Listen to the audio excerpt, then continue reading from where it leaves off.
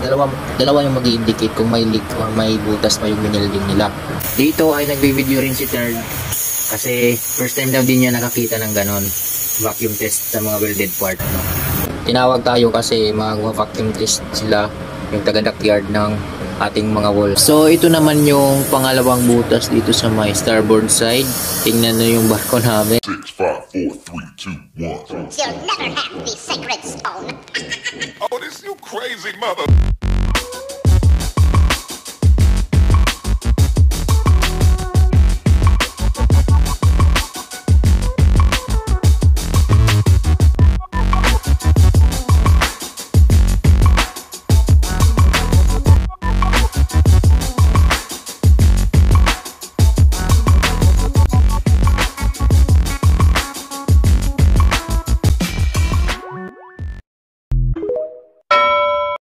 So what's up sa inyo mga kamay? So andito tayo ngayon sa labas. Tinawag tayo kasi mag-vacuum test sila yung taga-dockyard ng ating mga wall. Tinanggal nila yan kasi kukunin nila. Diyan nila nilabas yung mga vent fan natin, motor, tsaka fan. Diyan nila nilabas. So ngayon, kinabit na nila, winilding nila. Tapos ngayon para for leak check, mag-vacuum test tayo. So, yan yung ginagamit sa vacuum test. Sa mga curious diyan, kasi first time ko rin nakakita ng ganyan, no? Vacuum test daw. So, i-check natin kung paano yung vacuum test na ginagawa nila.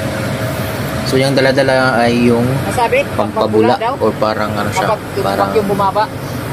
parang sabon din. So, sprayan nila yan. Tapos pag sprayhan, ipasok na nila yung vacuum machine. Tapos dalawa yung mag-i-indicate kung may leak or may butas pa yung winilding nila. So bali, una ay kung may butas, yan ay magbubula or magbabubbles kasi may hangin na papasok sa vacuum natin. So makikita yung butas. Ngayon, yung pangalawa na indication is kung di ba nagva-vacuum tayo, kung may leak ay hindi siya magva-vacuum yung ano dyan, yung sa level gauge, pressure gauge. So hindi siya magva-vacuum, bali mananatili siyang positive pa rin, no?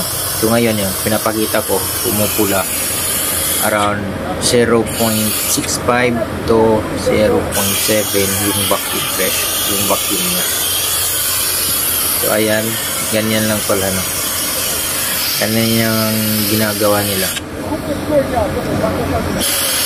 Lahat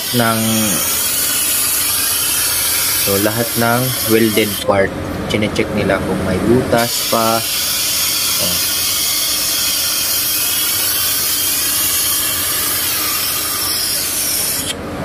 Ayos naman.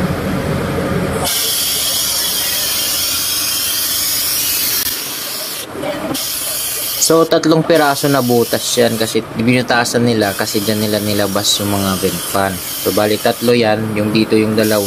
Yun naman sa kabila, sa port side, yung isa. So, ulitin ko, lahat na welded part ay chine-check nila, no, for leak.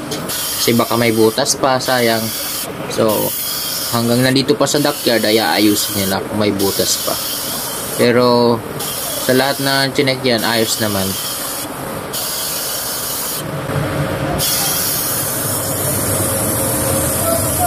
So ito naman yung pangalawang butas dito sa my starboard side. Tingnan nyo yung barko namin. Masyadong kalawang. Grabing kalawang na, no. Masyadong luma na rin kasi ito. This is being built around 2004. So dito naman ay chine-check na rin yung isang butas, no. So yung isa ay ayos na. Ito naman pangalawang butas dito sa starboard side, chine-check na rin. So, ganyan yung pag-check. Tawag dyan ay vacuum test. 2 klase ng test na yan. May bula at saka vacuum. Yung bula naman, pag makita mong bumubula dyan, so may tagas yun. Yung pangalawang test na ginagawa nila ay kung hindi nag-vacuum yung vacuum machine nila. So, pag positive pa rin yung pressure, so ayun, may leaking yun. So, i-weldingan nila ulit, ayusin nila ulit. So, yun talaga yun dapat. So, this is also my first time na nakita nito. So, Pinapacheck ni Hepe, pinapabantayan kung ayos. So, ayos naman yung result. Tapos, maayos pala sila magtrabaho, guys. So, sa mga papadry duck dyan, dito na kayo. So, this is China pala, no?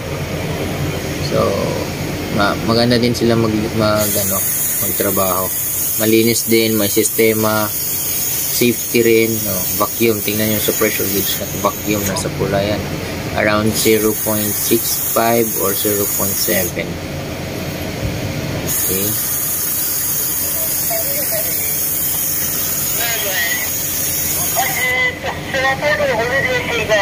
So dito ay tapos na rin, ayos naman.